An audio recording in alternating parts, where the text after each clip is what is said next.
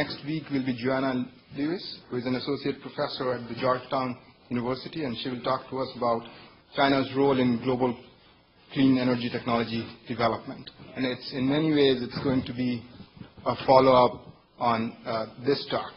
And with that, it gives me great pleasure to introduce our very own Dr. Fred Beach. Fred is the Assistant Director for Energy and Technology Policy at the Energy Institute.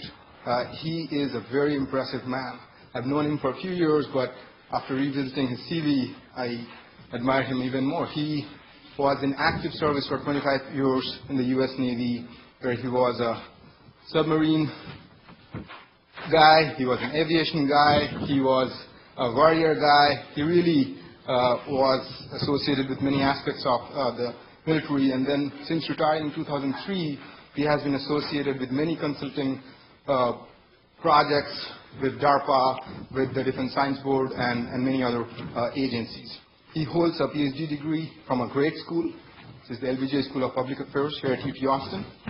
He has a master's in physics from the Naval Postgraduate School and a bachelor's degree in chemistry with a minor in nuclear from University of Oklahoma. Please join me in welcoming Fred. Thank you.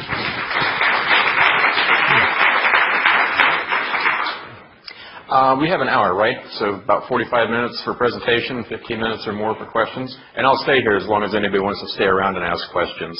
I've been teaching a course on China for, this will be my third year running in McCombs Business School, where we do a half-semester class on energy and technology with regards to China, and then visit China for 2 weeks over McCombs spring break and visit energy-focused companies in China. So that's really what got me focused on China the last few years. It is fascinating. I'm sure, as you all know, China is kind of the story of the 21st century. The Cold War defined my life, you know, the 1960s, 70s, 80s, 90s, up on almost the 2000. I think the rise of China in particular, and the rise of China in India, is going to a great deal influence or control the lives of you who are here at school now, because there's just such a massive growth going on over there. It boggles my mind every time I go, the scale and magnitude of what's going on. What I'm going to give you tonight is really just a very quick overview. Like I said, I teach a whole class on this, so I try to distill it down to 60 slides. And yeah, I can go through 60 slides in about 45 minutes, so don't worry about that. Ask questions as they arise. If there's a question that comes up, don't hesitate to interrupt me, raise your hand, jump up and down. I'll address it at a time, and then of course we'll have time afterwards as well. I stole the next two slides. Actually, I borrowed them with permission from GE in China. Last year when we visited China, we visited the GE complex in Shanghai and received a briefing from their chief financial officer. Fascinating man. And he allowed me to take a couple of slides he used to kick off his presentation to give us students and faculty a feel for the magnitude of what's happening in China. And he lived in the U.S. for about 15 years, so he really kind of understands what America's about and what China's about. These was the first of his two slides comparing what was going on in China in 1990 as far as the size of their economy. They see China and Brazil there in 1990, and the way it is today, 2013, 23 years later, how fast China has grown economically as a global powerhouse. You'll hear in this talk, a lot of times I'll say China was number 2 or number 3 or number 4, and now they're number 1. They're number 1 in just about everything now. Every statistic you can think of except one, and that's size of the economy. And I think really only the question is, how long will it take before they do become number 1? I think it's really just about inevitable. This slide I found very interesting. He said, we Americans think we travel so much over the Thanksgiving break. That's the big news in the U.S., you know, busiest travel day of the year. And where was it? 2013, 2014, 112 million Americans traveled over Thanksgiving break. Well, during Chinese New Year last year, which is about 2 weeks long, they had 3.6 billion trips. Everybody goes home for New Year's in China. Like I said, it's about a almost 3-week-long event. Businesses shut down and everything.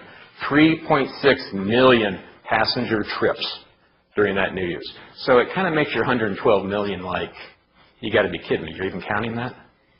Similarly, you look up there on TV viewership, Super Bowl, big thing, biggest television event in the world, right? The Super Bowl, everybody tunes in, 111 million people.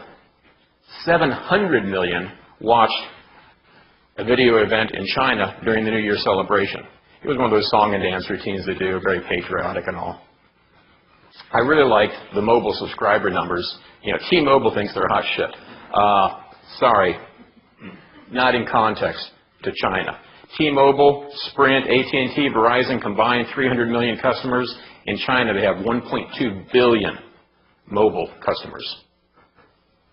Huge magnitude of difference of what we're talking about. And finally, over here on cyber spending, we like to talk about Black Friday and Black Monday and all those wonderful things. China, their biggest day in internet business last year was 6.5 billion in transactions in one day. And that's year-old data.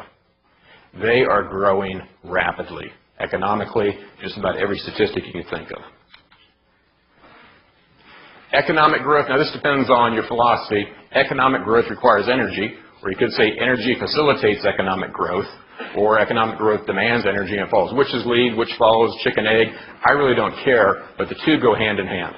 This just shows 10 years of data from 2001 to 2011, GDP real growth in $2,000, and their total energy consumption growth.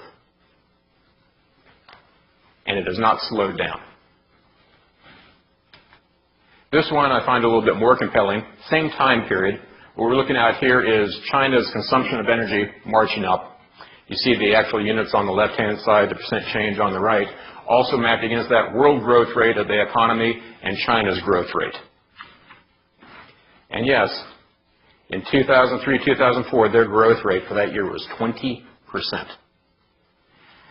It has leveled off now at about 7%, and yeah, again, statistics are tough.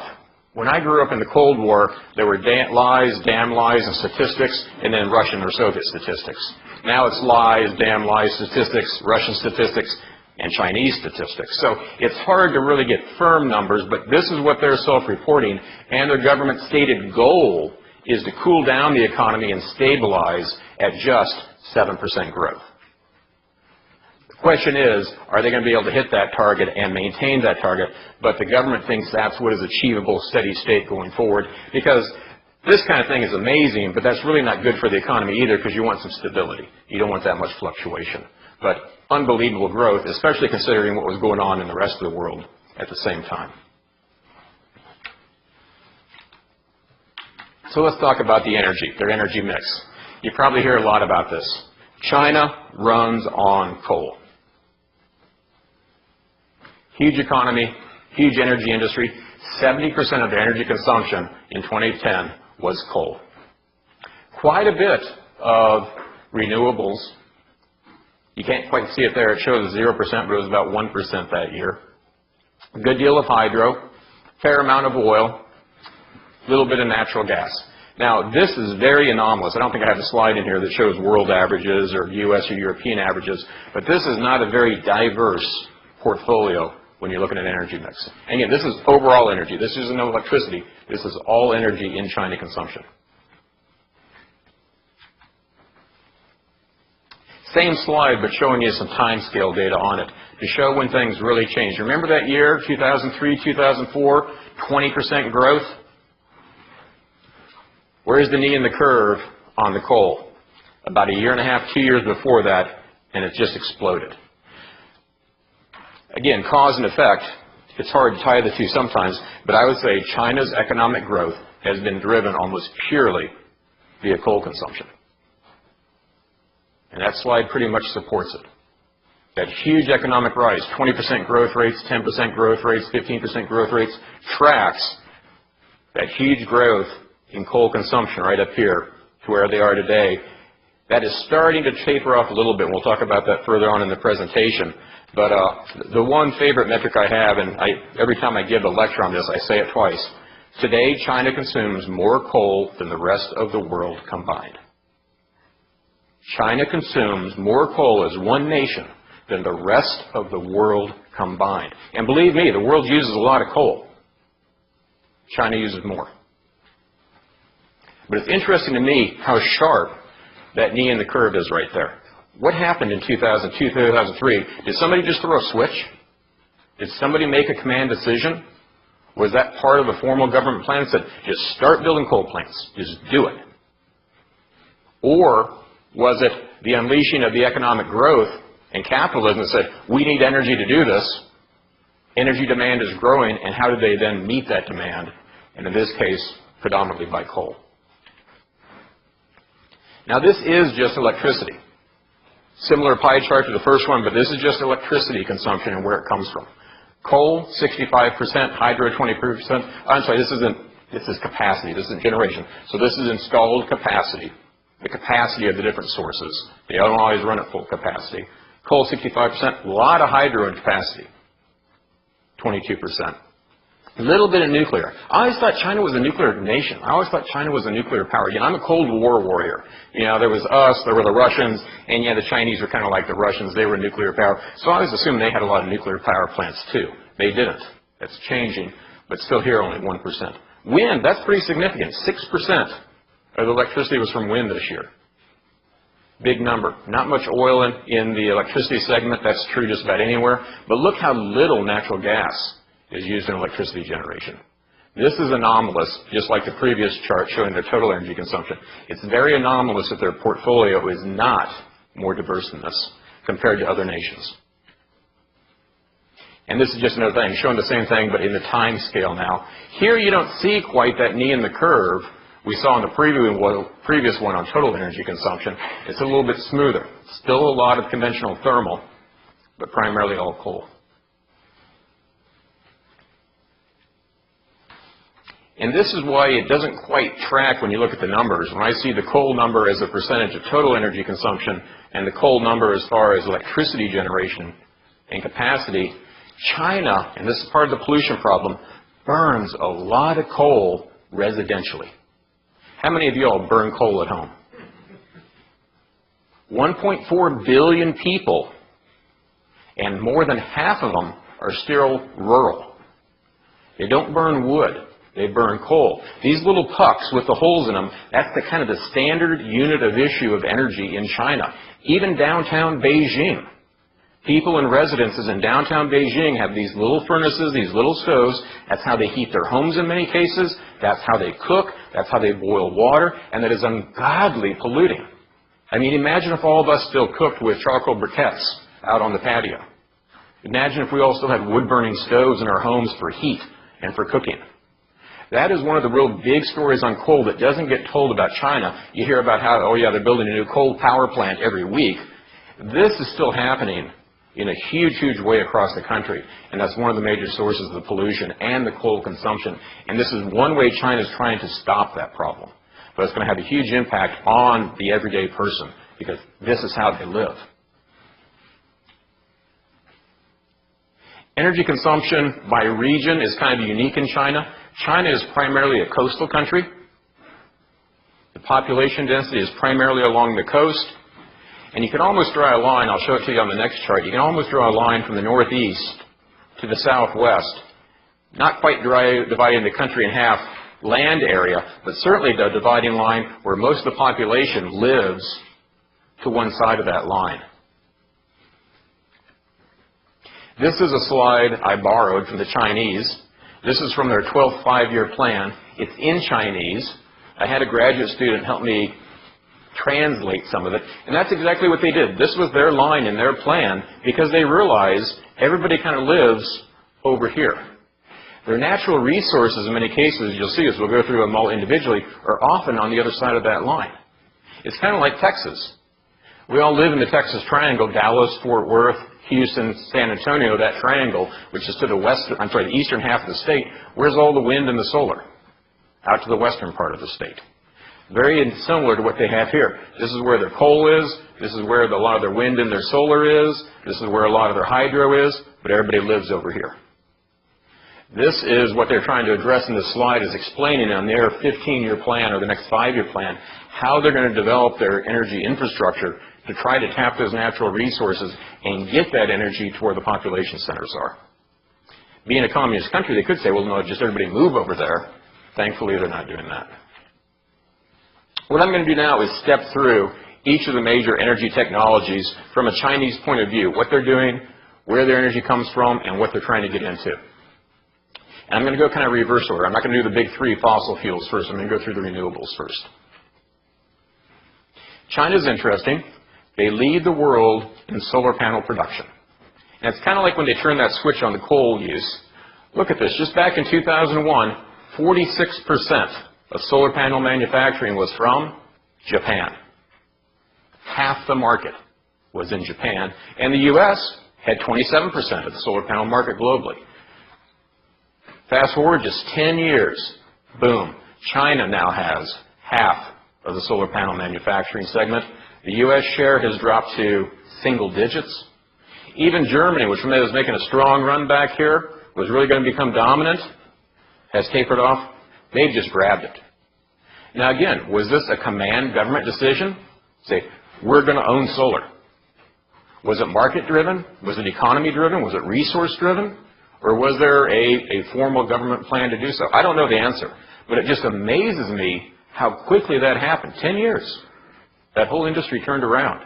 And if you visited China and seen some of these solar panel manufacturing facilities, they are state of the art. I've never seen so many robots in my life as in these factories making these solar panels. Very highly automated, very efficient, very low cost.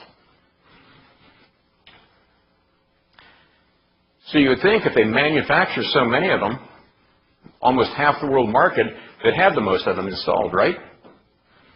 Not so. What do we got here? This is BP data from their BP Review of World Energy in 2014. There's China. There's Germany. And even Italy has more solar PV installed than China. That's kind of mind-boggling. So they're making one heck of a lot of solar PV, and almost all of it's leaving the country. The vast majority of it's leaving the country into the world market. Again, it kind of makes you wonder if it was a command decision by the government, we're going to go solar in a big way, but just in the manufacturing of it, not so much in the use of it. This is part of the reason. Solar insulation in China sucks. They're not quite as bad as Germany. Germany, it still amazes me what the Germans have done, as poor as their resource potential is. But where most of the people in China live, their solar potential really isn't that good. Again, kind of that Texas analogy. You know, they got great solar potential over here. Nobody lives over there. Are they going to build CREZ lines? Those would be some massive CREZ lines, using the Texas analogy, to go build large utility-scale solar over here and bring it thousands of miles into the population centers. That's not happening. Most solar that has been built and installed is in the population centers, where the solar insulation really isn't that great, but they're doing it anyway, kind of like Germany. Let's talk about wind a little bit. Not to be misleading, that is a Continental wind farm. It just kind of looks like the ocean there. Those are actually fields. This is an offshore installation. Again, it almost seems like somebody threw a switch and said, we're going to take over wind. This is one of the best charts I could come up with. This is 2008, showing the world's major wind turbine manufacturers in ranking. Vestas #1, GE was #2 here in the U.S. Again, the Dutch are huge in it, between Gamesa, Siemens, Enercon. And in 2008, down here, were 3 Chinese companies, Sinovel, Goldwind, and Dongfang. Just look, from 2008 to 2009 to 10 to 11, these 3 have boom, boom, boom, boom, boom, boom, and now #2 and #3 in the world are Chinese. I've visited Goldwind a couple of times now outside of Beijing. Massive complex. #2 supplier in China, behind Sinovel, and these 2 are #2 and #3 in the world. And they're also got 2 other world leaders down here. It's interesting though, one of them completely disappeared. I don't know if that was a merger or a takeover or a sell-off or what. But somewhat unlike the solar, where are all those wind turbines going? Almost all of them are being installed in China. China has very little penetration in the global wind turbine market. I don't know why. There's probably a host of reasons behind it. Now again, was this a conscious decision by the government? We're going to build them here and we're going to install them here, as opposed to the solar, where a great deal of it's built there, but they've captured the world market with it? Or is it a problem with getting market footing, market share into the global market with competitors like Vestas and GE and Siemens? I don't know, but this is the reality of where the vast majority of those turbines are going. You won't see Goldwind turbines in many parts of the world. They're trying to go global. They're getting a little presence in South America and Africa, but the vast majority of what China is building in wind turbines is staying in China. But again, look at that knee in the curve. I mean, that is just asymptotic. It just amazes me that they could turn that kind of capability on that quickly. And it's continuing. But almost all of it is onshore, which is kind of curious initially because these are China's wind resources. The vast majority of their wind resources up here in the mountainous regions, very near the border with Mongolia, or not too bad out here again, you get towards the mountains over towards Tibet. But where the people live, the onshore resources are not that great. But that is where the vast majority so far has been installed. And now it is installed wisely. I love this picture. This shows you how not to build a wind farm. And it's not just that this is a Chinese wind farm, and believe me, it wasn't just the Chinese who have done this. There are plenty of wind farms around the world where if you got these kind of weather conditions, you would see that kind of pattern, that shadowing. But, 10, 15 years ago when we were building in this country too, we were building them like that. We know better now, and I think the Chinese are learning better. This is a picture of a gold wind turbine. They are state-of-the-art. These are permanent magnet motor, no gearboxes. They are state-of-the-art turbines. Interestingly enough, though, most of the electronics in them, because I visited the factory floor, come from ABB. Not a Chinese company. I found that curious. Where the real wind resources are in China are offshore. And when you think about it, intuitively, that makes a lot of sense. These are shallow waters. The South China Sea, the Yellow Sea, the East China Sea. Offshore, it's kind of like the Gulf of Mexico. These are shallow coastal plains. And, again, where do the people live? If you read that 5-year plan from 1912, they plan to go offshore. And they plan to go offshore in a big way because intuitively it makes sense. It's near the load, it's fairly shallow water, and it's fantastic wind resource near where the people live, so transmission distances would be very short as well. But offshore is much more expensive. And it could be they're just really smart, kind of like the Americans. We're letting the Europeans figure out how to go offshore. The Europeans are the ones that are building most of the offshore wind these days, figuring out the technology, figuring out how to get the costs down, figuring out how to do it at large scale. And I suspect, like us, they're just kind of standing by and watching, doing a little bit on their own, but are going to go big offshore probably in the next decade. I hope they do it because I think it would be a much better use of the resources to go for the offshore wind than the onshore stuff. Hydro. I'm sure you all recognize Three Gorges Dam. Largest in the world, twice the size of Glen Coulee Dam as far as generating capacity. It's been online, about 5 or 6 years now? This is a chart showing where the hydro resources are in China.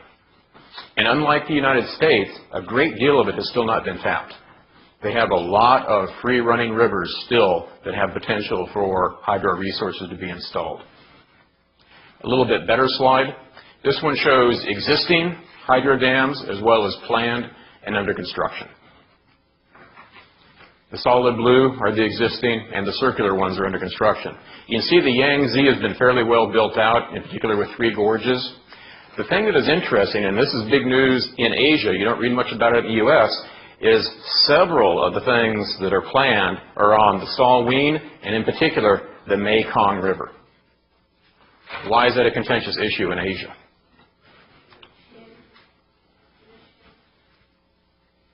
Because Cambodia, Vietnam, Laos, Thailand, Myanmar, that is the lifeblood river of those countries. I mean, we think of like the Mississippi in the United States. That pales in comparison to how much those countries depend on that river for transportation, for commerce, for fishing, for the flooding of the rice fields. Very critical to them. And now China wants to dam that river way upstream for hydro. What's that going to do to the river flow? How's it going to affect the economy of those countries? Very contentious issue in Southeast Asia right now over those plans and how far they're going to go forward. A lot of NGOs are there trying to work through the issue, help them to try to fight it, how to get the environmental movements going to combat it, or worst case, try to get it to be done in some form of manageable way by China so it doesn't hugely impact them and affect them. But it has significant potential to do so. Let's see, 1, 2, 3, 4 planned major hydro dam projects to go on that river. I'm sorry, was there a question? So renewables in general are forecast to grow significantly in China over the next decade. This shows out to 2035. I think this is a slide from the EIA.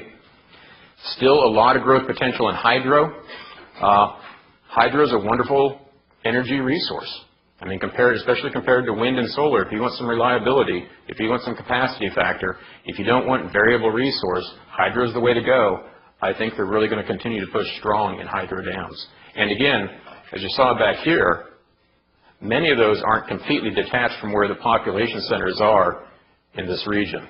So some of these still have potential, and this is certainly is better as opposed to being way out in the west.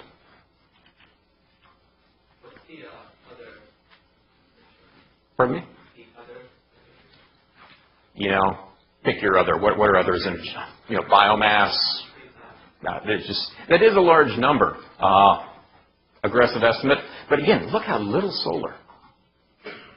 They still just continue to sell solar, supply solar PV to the world, and not install a lot themselves. I don't know. But like I said, I think this is an EIA estimate. I don't have it on the chart. It looks like one of their slides. Significant growth in wind coming. My guess is that's probably going to be some form of biomass. My favorite topic, nuclear. At the time, this picture was from about a year ago. This was for an AP1000 Westinghouse. At the time, I think they said this was the largest continuous pour in the last 20 or 30 years of concrete. I don't know if you can see it. There's 1, 2, 3, 4, 5 pumper trucks, and I think they poured for 3 days straight. This was the slab foundation for the reactor containment building. Again, I guess I was misinformed when I was growing up during the Cold War. I thought China had a lot of nuclear. They really didn't. Up until recently, they only had about 4 operating nuclear power plants with anywhere from 2 to 3 reactors each. And you see that here in the pictures. They were the green dots. There are 4 of them. The blue ones that show they had a couple more into construction and plans for a lot more to go in. Now, the one nice thing about nuclear in the case of China is they can build these where the population centers are. Unlike some of the renewables, you have to go where the resource is. The nuclear power plants, they can put them close to the loads, and there's enough water in China, as you saw on the river map, for cooling resources. Part of why the solar resources are so poor in this part of China is they get a good deal of rain. So it's a fairly wet environment. They have the cooling they need for nuclear. This is a more updated slide. As I said, that 5-year plan that came out in 2012, they anticipate having 40 gigawatts of nuclear capacity online by the end of next year. Again, very rapid growth rate. Today, they have 21 reactors in operation between about 10 plants, and they anticipate to have, well, there's 27 under construction as we speak, so they're going to almost double that within the next few years. They're primarily building the Westinghouse AP1000 design, which is a Gen 2/Gen 3 reactor design for the United States. They've already internalized that, and now they have what they call a CPR1000, which is the Chinese version or derivative of that. And Westinghouse knew they were going to do that. They sold the licensing rights, are helping them build the first few, but then they're going to make it a domestic product and continue to build them of their own design after that. They're also contracting to start building that now Chinese design CPR1000 internationally in Africa and other nations as well. The big story, China's coal. And don't get me wrong, a lot of what has been built in China as far as the coal power plants is state-of-the-art.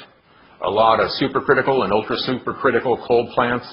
I haven't had the chance to visit one, but one of the students in my other ETP class visited one of the brand new coal plants in China last year. She said it was amazing. I mean, they even build domes over the coal piles to minimize dust and infiltration. We don't do that in the United States. They are serious about trying to do coal and doing coal cleanly to the extent that they can, but it all comes at a price. China uses a lot of coal. Fortunately, China has a lot of coal. Historically, again, this is just for the last 10, 11 years, their consumption has pretty much matched their production. But starting in about 2008, 2009, even their own domestic production could not keep up with consumption of those plants. And that statistic is true. Starting in about 2006, 2007, they were building the equivalent of a brand new coal power plant a week, commissioning one a week, building about 50 a year. That pace has not slackened. Is coal entirely Pretty much, yeah. I mean, again, what is so unique about the United States is you can own mineral rights in the United States. China is like most other countries, it's all government. One of those things I learned going to China that I never would have thought of, China, the government owns all land. If you build a house, you're building a house on the government's land.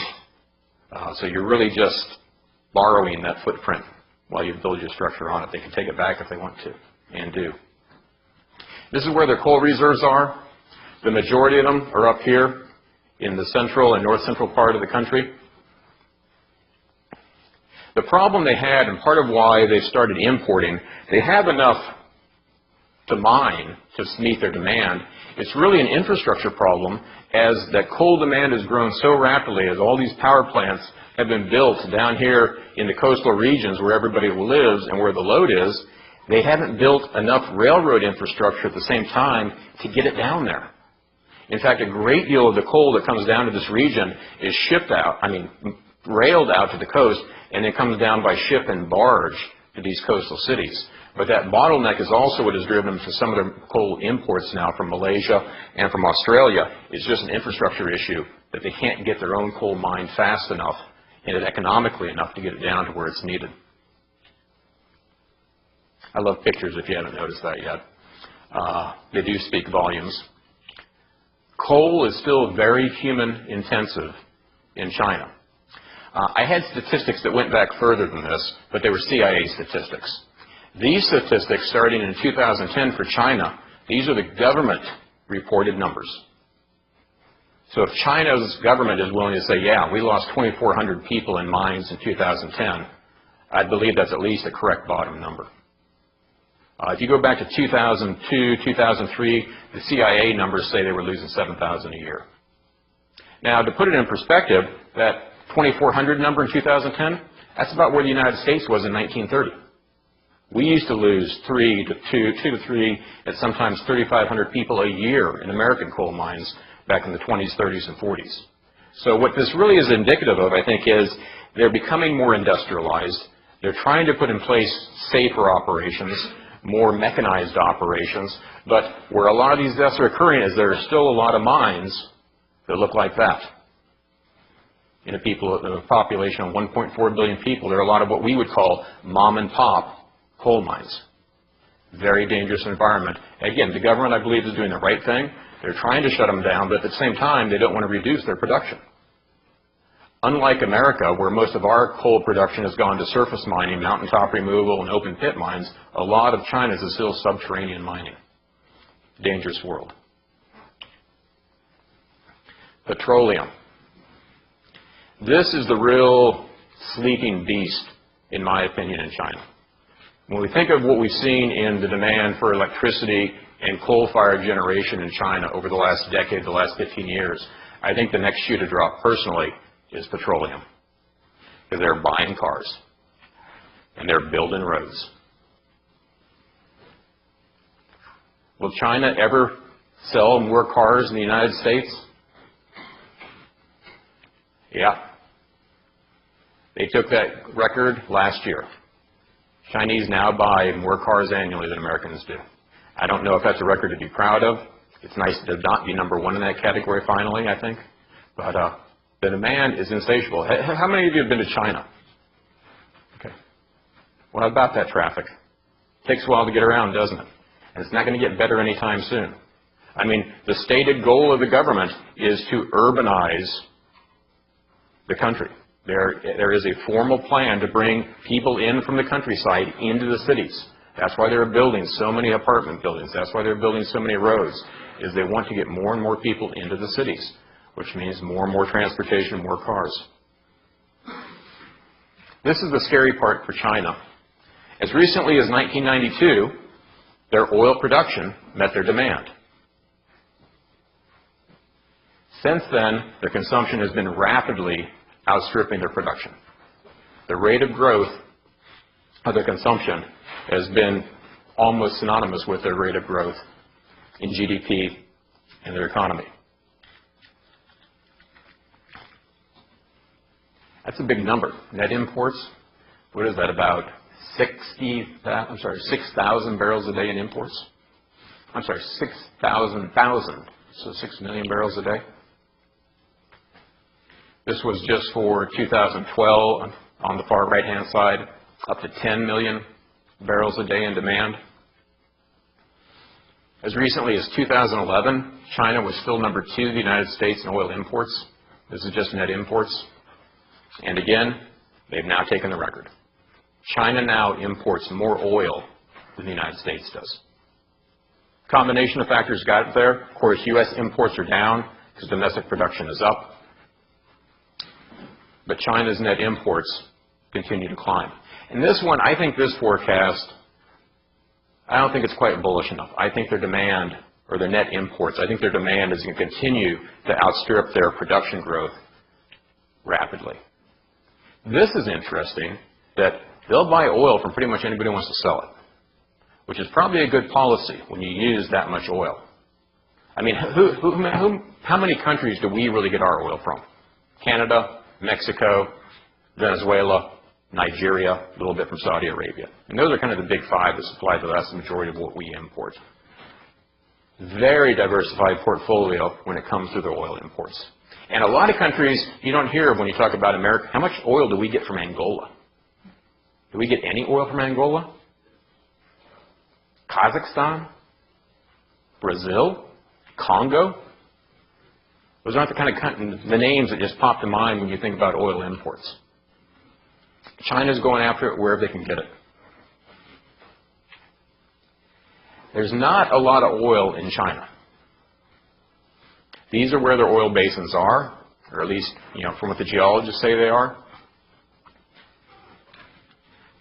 Potentially quite a bit out here. We'll talk about that in a couple more slides up here. These are fairly shallow waters. Again, not too dissimilar from the Gulf of Mexico.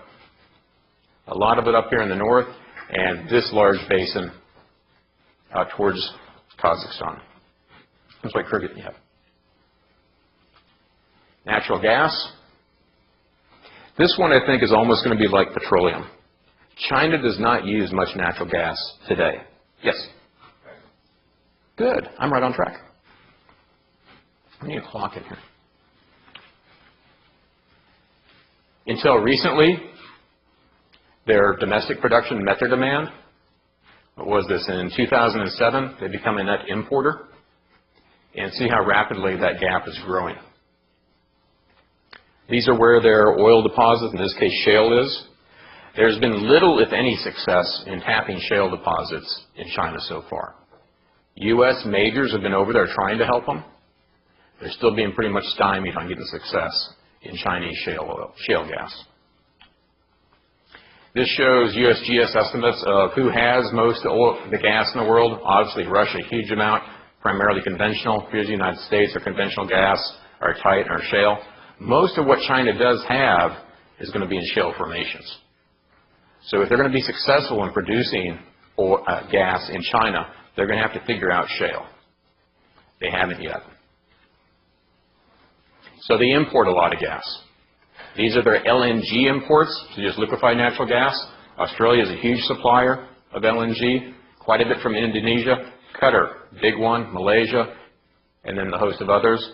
Russia's about to grow. This is total gas imports, so LNG as well as dry gas. Most of the dry gas is coming through pipelines, primarily from Asia, but now they're getting some from Russia. Great deal of their LNG is coming from Australia and Indonesia. This is their pipeline infrastructure. This one came online about 4 or 5 years ago. We'll talk about this one in a minute. That one's kind of curious. They finally signed a deal with the Russians for gas from Russia. I think it was just a coincidence that even though they've been trying to negotiate this for almost 20 years, they finally brokered it in just a couple of day agreement right after the U.S. and the rest of the world pretty much decided to start embargoing Russia over the issues going on over in this part of the world.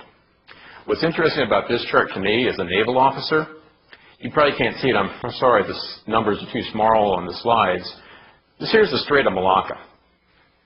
Everybody loves to talk about the Strait of Hormuz. I don't know why everybody is so fixated on the Strait of Hormuz. Let me tell you, as a naval officer, you don't fixate on the Strait of Hormuz. You fixate on the Strait of Malacca. That number right there is 84%. That is the percent of China's oil and gas imports as a country that come through the Strait of Malacca. If you want to shut down China, you don't go to the Strait of Hormuz. You go to the Strait of Malacca. And I'm sorry if I'm talking like a military guy here, but that was 25 years of my life. And my conjecture is that is why China just spent billions of dollars building an oil and gas pipeline across Myanmar into southwest China. I would not be happy if my lifeblood of oil and natural gas was dependent on one choke point. And by the way, that's much more of a choke point than the Strait of Hormuz as far as defending it or trying to shut it down. There's plans to expand this one. I think that's why they finally brokered a deal with the Russians. That's why they're working hard to get more gas in from Kazakhstan and Kyrgyzstan. And I think that's why this one was worth the price to China to build. There's already plans to expand it. Because now all that oil and gas coming from the Middle East can come here and be piped into the country without having to go through that choke point. This one I find compelling. Three Gorges Dam is complete. I just put that in there for context. $28 billion project. These are the world's 10 largest energy projects by dollar value as of last year. Billion-dollar projects. You see a common theme here? Australia, Australia, Australia, Australia, Australia, Australia. Gas, gas, gas, gas, gas, gas. Does Australia need a lot of gas? Where do you think all that gas is going to go? It's going to Japan, it's going to South Korea, and it's going to China. So, China's energy consumption has doubled in 10 years. To put it in context, the United States, we average about 100 quads a year of total energy consumption. We peaked in, I think it was 2008 at about 99 quads. We've been running about 96 to 97 quads ever since. China has gone from half of that to now they've taken another goal. They consume more energy than the United States. And they should. There's 1.4 billion of them. So think about how we think in the United States. We're so fixated on energy security. We're so fixated on how much oil we import. We're so fixated on what that means to national interest and national defense and national security and our economy and how viable we are. How would you feel if you were China? And 83% of your oil and natural gas imports came through a choke point. This may become a reality. We may not want any more of Canada's oil. China would be glad to take every drop of oil they can get from Canada. This project is very contentious in Canada. It's probably more contentious in Canada than Keystone XL is in the United States. It hasn't been built yet. But if you've been watching the news, China has bought major shares in most of the oil and gas companies in Canada. They want to build this pipeline. They want to take all that stuff to the west to Kitimat and bring it over to China. You probably read a lot about what's going on between Japan and China. In the East China Sea, the disputed regions over there, there's oil and gas in those waters. We don't know how much. The really contentious one is the South China Sea. This was contentious 20 years ago when I was flying these waters. Those dashed blue lines are the UN Law of the Sea boundaries for what these countries can claim. The red line is what China claims. It's the East and South China Sea, people. It's not a coincidence, that's the name of it. But they are serious. They are claiming right up to the shorelines of these countries that those are their territorial waters. The Spratlys, the Paracels, Scarborough Shoal, very contentious areas. And there's a good chance there's a good deal of oil and gas in those waters. Is it just about oil and gas? No, it's also about security. It's also about national security. That is almost analogous to the Gulf of Mexico in physical size and proximity to China. Imagine how we would feel if somebody was drilling for oil and gas right up our shores in the Gulf of Mexico. Bottom line, energy consumption has grown hugely in China. This is old. This is 2006, 2007. China has surpassed the world average of energy use per capita. Some people think within about 10 years they'll be up to the European average per capita, per 1.4 billion people. This was in the news just the other day. Air pollution, in this case CO2 per capita, China has now exceeded the Europeans in the amount of CO2 generated per capita, even though they only use about half of the energy per capita as Europe does. And that has one answer: coal. I probably went over a little bit. I'll take any questions you have. Yes, sir.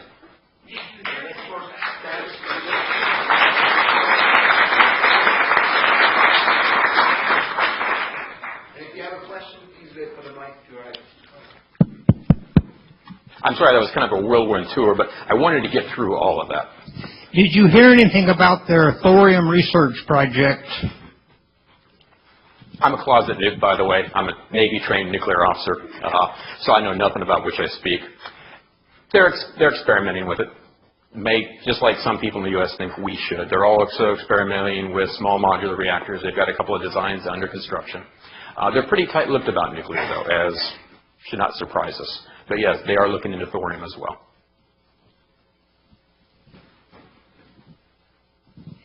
I have two questions. First is about you talk about from the 2002, the China's energy consumption, like this.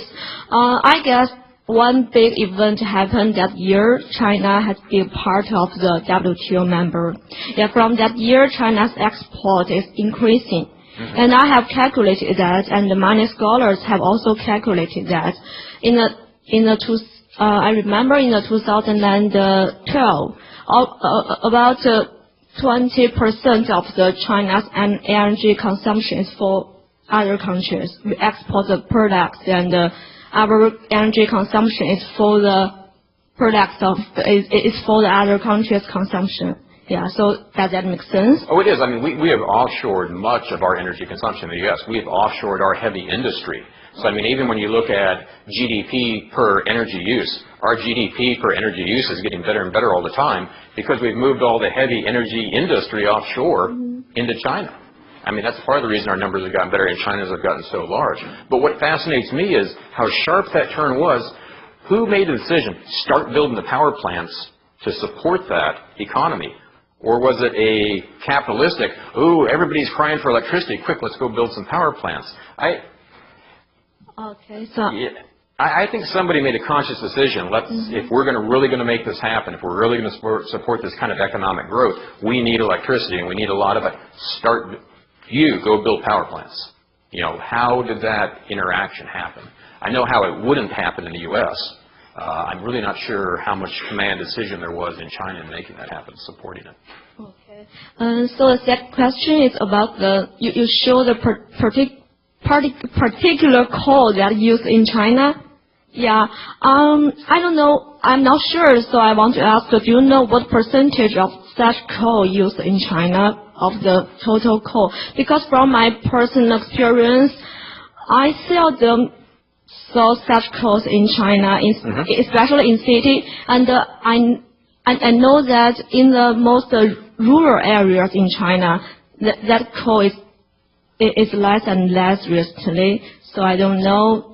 Do you know what percentage of that coal used in China? Yeah, thank you. I'm going to do like any halfway competent academician would do. I'm going to take a scientific wild-ass guess. Based on that slide, my scientific swag is that almost all this coal consumption back here, not a lot of that was for electricity. I think a lot of that, maybe even half of that, was the kind of consumption we're talking about, individual personal consumption of coal. That was a huge increase in power plant construction. So I'm speculating that here we weren't building a whole lot of new power plants at any given time, and some significant fraction of that was personal consumption of coal, residential consumption, urban, rural, etc. So I'll take a wild guess and say half of that. And that half has continued here, and all that growth has been in power plants. And I bet I'm not off by more than a factor of 2, which isn't a lot. I'm not off by certainly not an order of magnitude. Yes, sir, back here. Oh, I'm sorry, is somebody keeping track of who's next?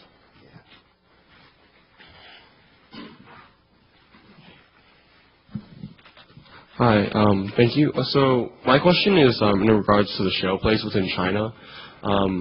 What specific difficulty are they having with it? And if we have U.S. majors going there? Lack of capitalism. Lack of capitalism. So you're in China. Yes. Let's say you work for CNOOC, one of the large oil companies in China. Who do you report to? Government. You report to the government. The government says, hey, go get some of those guys from Shell or ConocoPhillips, wherever, who know how to do the shale stuff, and go way out there in the middle of nowhere in China and recreate what they did in America. Yes, sir. You go out there and you do exactly what you do. You drill and you frack and it doesn't work, right? That's exactly what happened in the United States. And what did George Mitchell do? He tried again, and it didn't work. And he tried again, and it didn't work. And he tried again for 20 years with his own private money until he made it work. It took a lot of experimentation. Every formation is different. Every geology is different. Every surfactant is different. In China, they went out and they drilled. It didn't work.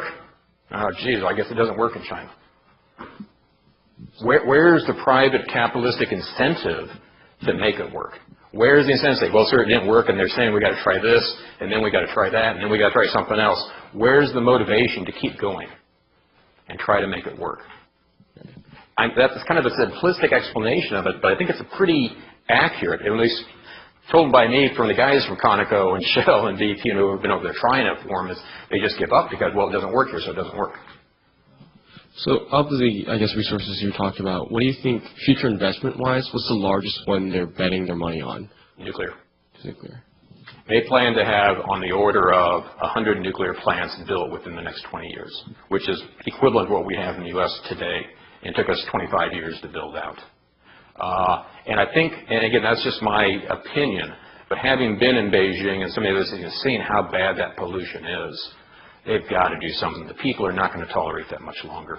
And I see, as far as short term, nuclear is about the only way to do it. Now, talking with the people from GE, they're real bullish that they're going to be selling a lot of gas turbine engines, a lot of gas turbine power plants to China too, but where's the gas going to come from? So I think China's going to try, but it's going to almost all be imported gas if they go down that road. Do they want to become more dependent on an imported fossil fuel source for their power? I would think not. Nuclear can be much more indigenous. And again, from the closet nuke, cleaner. Yes, sir.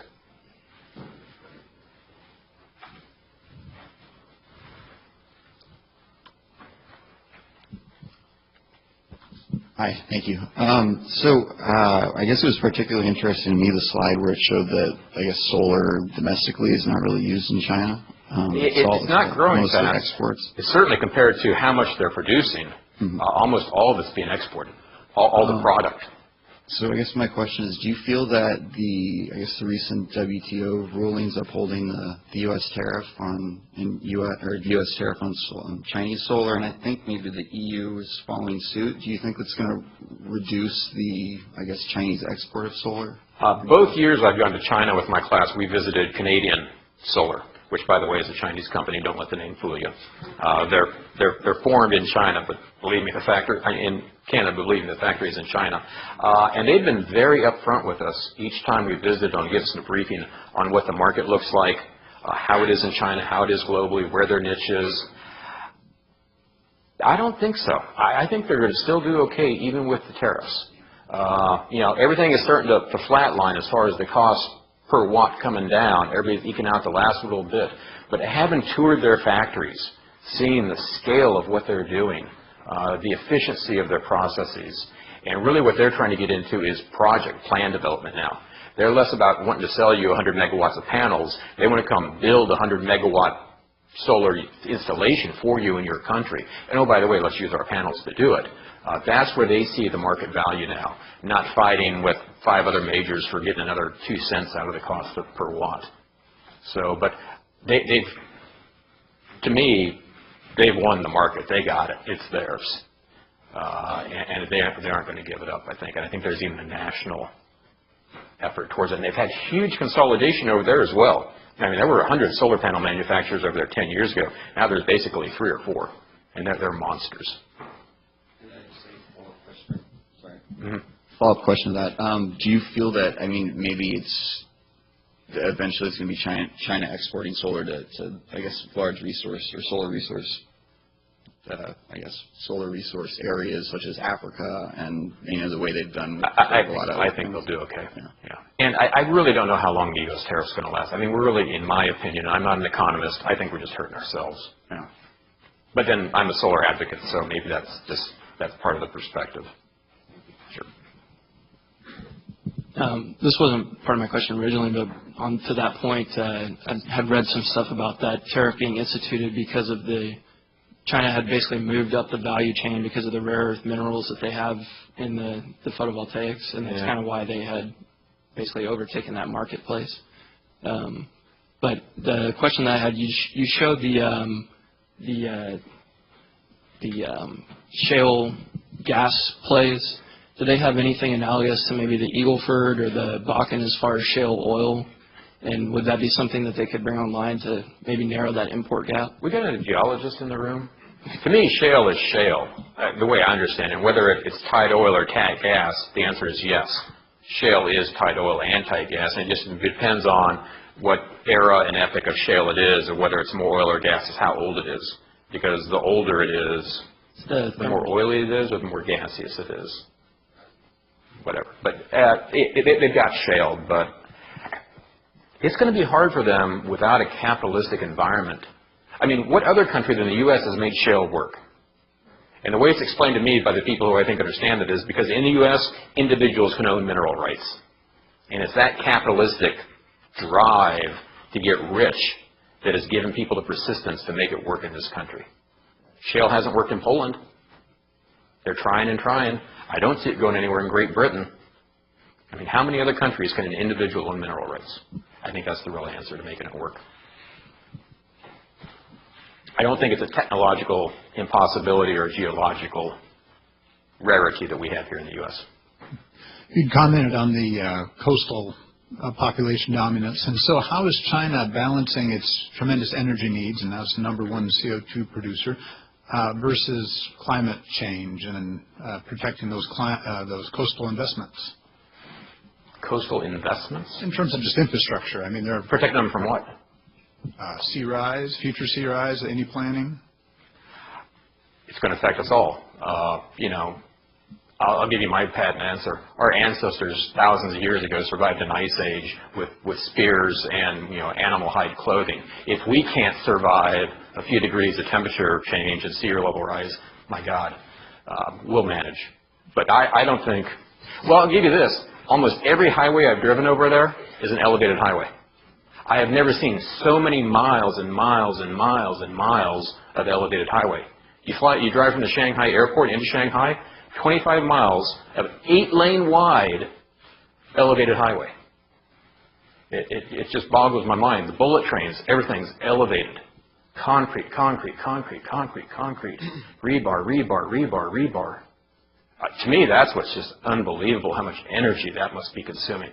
Seeing the construction that's going on is continuing to go on over there, and probably will for decades. I just think of all the concrete and all the steel and all the energy embodied in that infrastructure, and they're just getting started.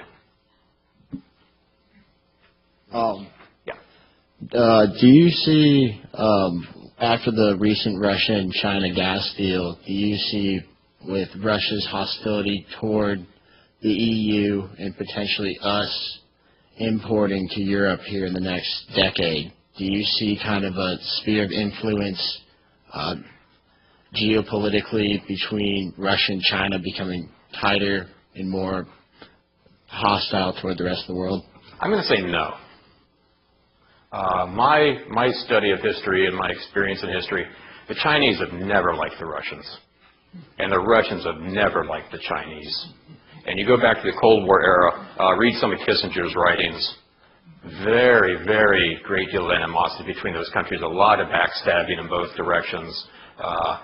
I think the only reason that deal finally happened was China finally got the leverage they wanted. Russia needed some money, and they brokered a deal. And I think China probably got some pretty good terms on it.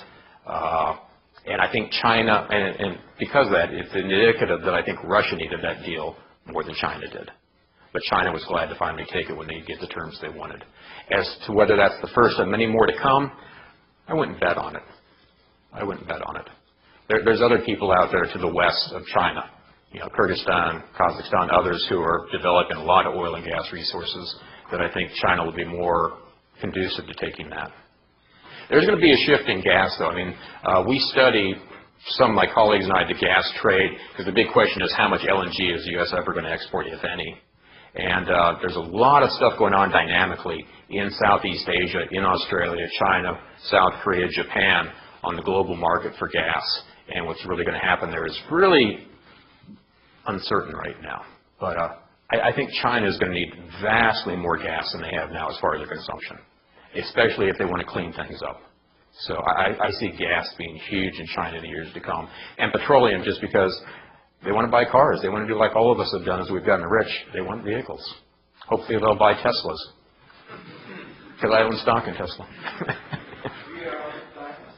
Okay. Thank you.